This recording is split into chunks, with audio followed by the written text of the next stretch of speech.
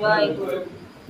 আজ আমি আপনাদের একটি গল্প বলবো যে ঠাকুরকে সঙ্গে নিয়ে থাকলে কি হয় আর ঠাকুরকে ছাড়া থাকলে কি হয়। আপনার কাছে একটা গ্রামে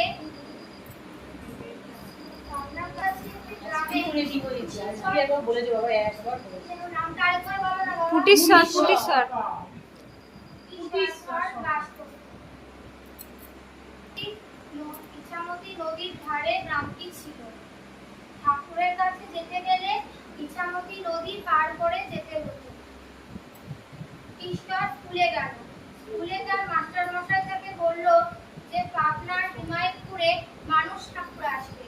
তাই শুনে ঈশ্বর পরদিন তাকে দেখা হলো। সে তাকে বলল যে তখন লোকটা বলল ওই আটচালাতে বসে আছে দেখে যাও। তখন লোকটি গিয়ে আমি তোমার পিছু পিছু যাচ্ছি। লোকটা গিয়ে দেখলো যে এই লোকটা তাকে বললো আমি তোমার পিছু পিছু যাচ্ছি সেই ওখানে বসে আছে। তার চারপাশে প্রচুর লোকজন। তখন সে ভাবলো এই লোকটাই তো আমাকে বললো যে আমি তোমার পিছু পিছু যাচ্ছি, তাহলে এই আবার এখানে বসে আছে।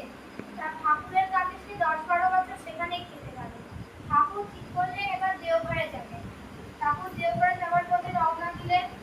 ঈশ্বরও তার সঙ্গে গেলেন। যেতে যেতে তিনি ঠাকুরকে বললেন না, যে বর্তমানেই নেমে পড়লো। যেখানে তার নিজের বাড়ি ছিল সেখানেই থাকতে লাগলো। ঈশ্বরের সন্তান হলো।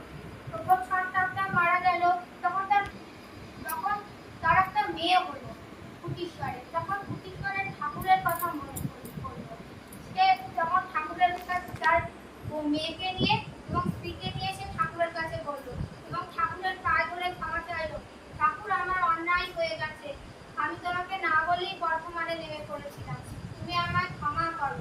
তখন ঠাকুর শুধু এই কথাটুকুই বললেন আমি সব জানি এবং ঠাকুর তাকে দেওঘরে আনন্দবাজারের কাছে যুক্ত করলেন। এই হচ্ছে আমাদের ঠাকুর। আপনারা সবাই ভালো থাকবেন, ঠাকুরকে মাথায় নিয়ে চলবেন এবং ঠাকুরকে বলবেন ঠাকুর আমি তোমাকে খুব ভালোবাসি, তুমি সবসময় আমার সাথে সাথে। জয় গুরু।